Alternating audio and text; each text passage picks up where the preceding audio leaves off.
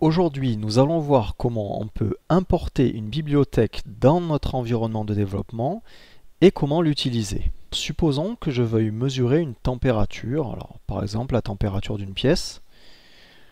Donc je vais sur internet, je fais une recherche et j'ai trouvé un capteur de température qui s'appelle le LM75. Il est disponible sous la forme d'un boîtier brut à souder. Alors quand on n'est pas équipé, ça peut donner des montages plus ou moins propres, hein, comme ceux que l'on voit ici. On l'a aussi sous la forme de petites cartes déjà soudées avec des connecteurs pour les apprentis électroniciens. Donc là j'en ai sélectionné une. Alors c'est pour la carte Banana Pi, mais on peut très bien l'utiliser avec un Arduino ou une carte Mbed, puisqu'il suffit d'utiliser le bornier qui est au-dessus là et de rajouter des fils de prototypage. On va déjà voir sur le portail Mbed si le composant est répertorié. Alors on va sur la catégorie capteur. Alors on voit qu'il y a plusieurs capteurs, des GPS, des capteurs de pression. Et là, bingo, on a le LM75B. On a même des programmes d'exemple, le brochage, le datasheet du composant. Et là, on voit que sur notre carte Application Board, on dispose d'un capteur de température. Alors, je vais aller voir la page de la carte. Et effectivement, le composant numéro 11, qui est ici, c'est un capteur de température. On va au brochage. Donc c'est bien un LM75B. Le pin SCL est branché sur la broche 27, SDA sur la broche 28. Alors on ne sait pas encore ce que c'est que SCL et SDA. On voit qu'il y a une adresse 0x90. Alors qu'est-ce que ça peut bien être? Bon, on va aller voir le datasheet. Donc je l'ai déjà téléchargé pour gagner du temps. Voilà, donc ça c'est le datasheet du composant. C'est quand même réservé aux gens qui ont un petit peu l'habitude de l'électronique, de la programmation. Alors ça fait 37 pages. C'est assez indigeste pour quelqu'un qui n'a pas l'habitude de travailler avec. Alors néanmoins, on va trouver quelques informations intéressantes. Déjà la résolution du capteur, donc 0,125 degrés Celsius. On trouve l'alimentation, donc on peut l'alimenter de 2,8 à 5,5 volts. On voit qu'il a une liaison par bus I2C. Alors on ne sait pas encore ce que c'est. On voit sa plage de mesure, donc de moins 55 à plus 125 degrés Celsius. Alors après on rentre dans les détails techniques, hein. Alors on nous parle de SDA, on voit que c'est un rapport avec le bus I2C, SCL aussi. On parle d'adresse du composant, après de registre. Alors on nous explique comment venir lire la température. Alors bon, quand on n'a pas l'habitude, là au premier coup d'œil, on ne sait pas trop comment on va s'y prendre. Alors nous, le bus I2C, on l'a pas encore vu, donc on va laisser tomber le datasheet. Et on va essayer de voir si on ne peut pas utiliser le programme que quelqu'un aurait déjà mis en ligne. Alors pour ça, on va aller sur l'IDE. On va créer un nouveau programme. Je vais l'appeler LM75.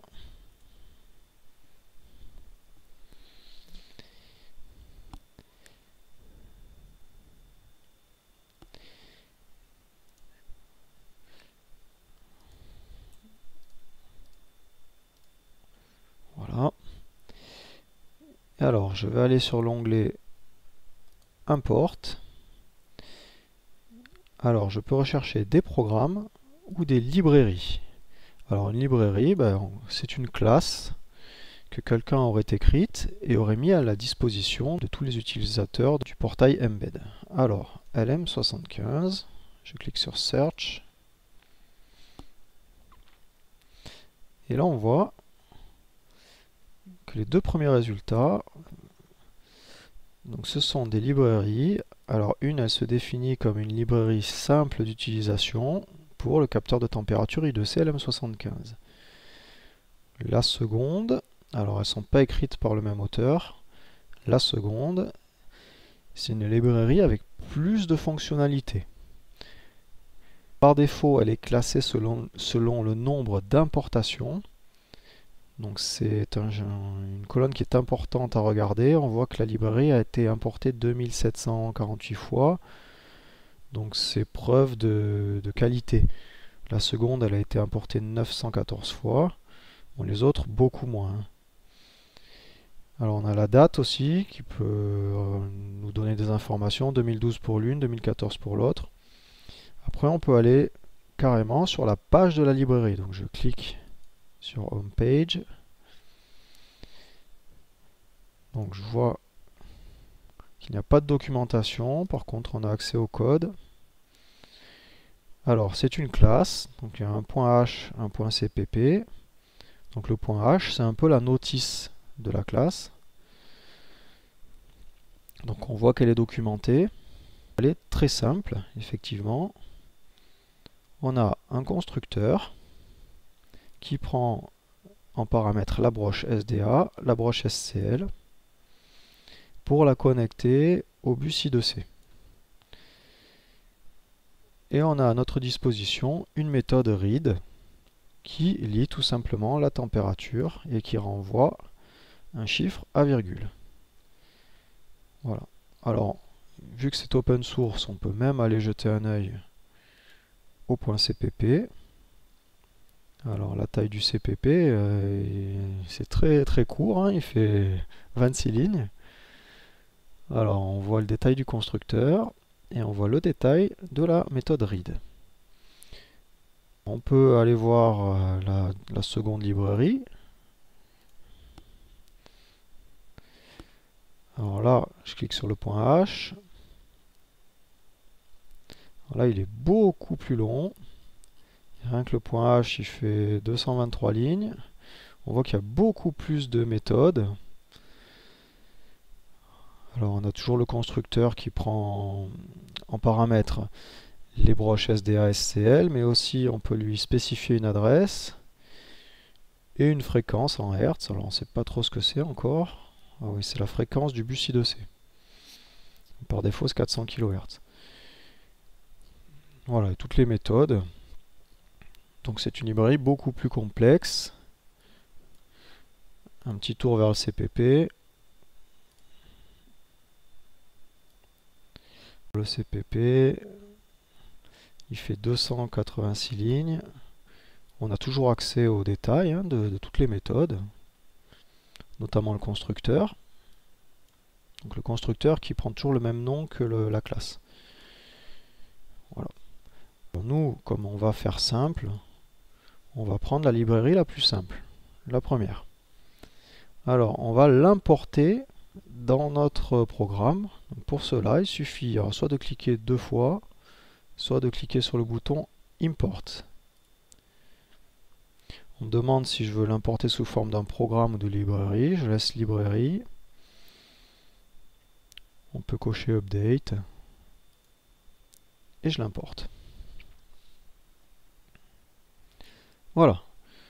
Donc, dans mon répertoire LM75 que j'ai créé, j'ai bien ma classe que je viens d'importer, LM75B. J'ai la documentation de la classe. Donc, je peux l'ouvrir. Donc, elle est très courte.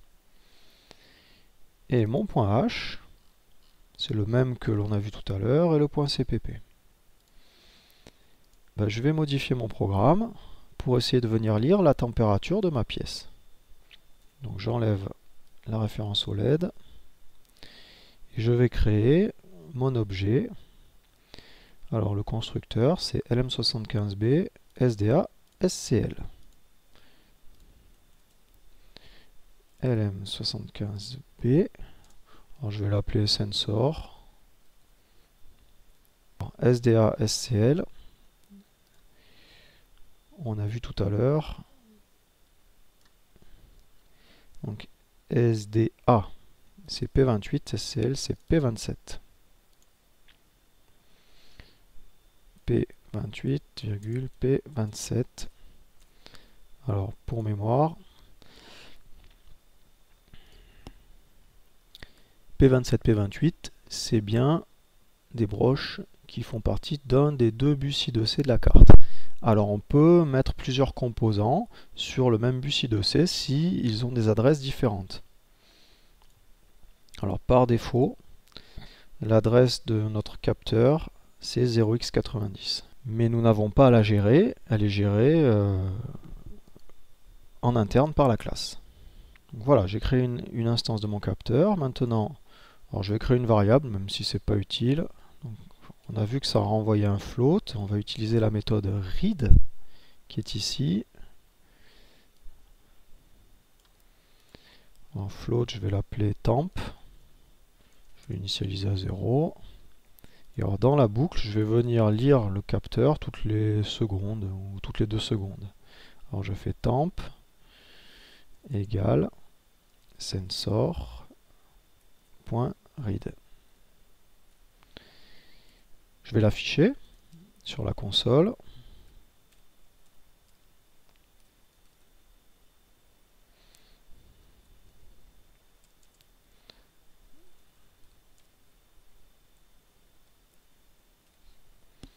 Et je vais mettre une petite tempo de 2 secondes. Allez, je branche ma carte.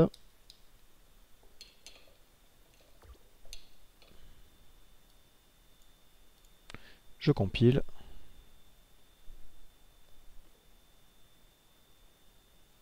On me dit que l'M75B, ça n'est pas défini. J'ai oublié de lui dire que je veux utiliser la librairie LM75. Alors je fais un include lm75b.h. Donc c'est le même nom qui est ici. Voilà. Allez.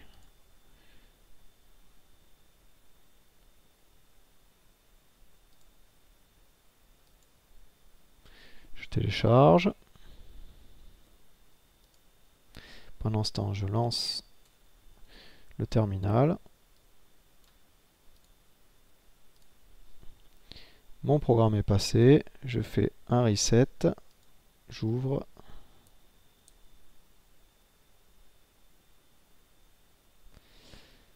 Et là, toutes les 2 secondes, j'ai ma température qui s'affiche.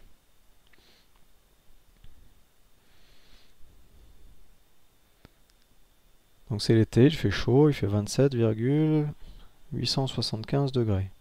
On voit bien la résolution du capteur, puisque 27875 moins 27750, ça fait bien 0,125 degrés. Voilà, on les voit bien passer là, on voit bien les différents niveaux du signal numérique. Alors si je mets le capteur devant la sortie d'air chaud de mon PC, là ça devrait chauffer un peu. Donc on voit que ça monte. Alors un petit rappel, si on veut formater un peu mieux là. Si je veux que 3 chiffres après la virgule.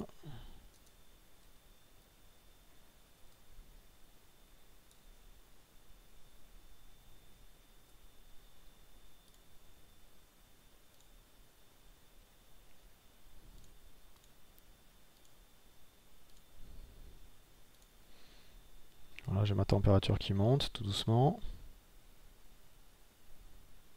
Voilà, je fais un reset de la carte.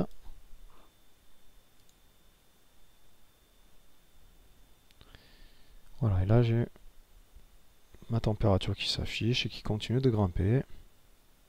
Donc on a vu qu'en quelques minutes, sans rien connaître au fonctionnement du composant.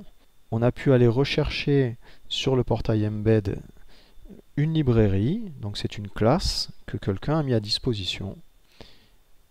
On a été consulter la documentation et on a réussi très rapidement à venir lire donc la température de notre pièce.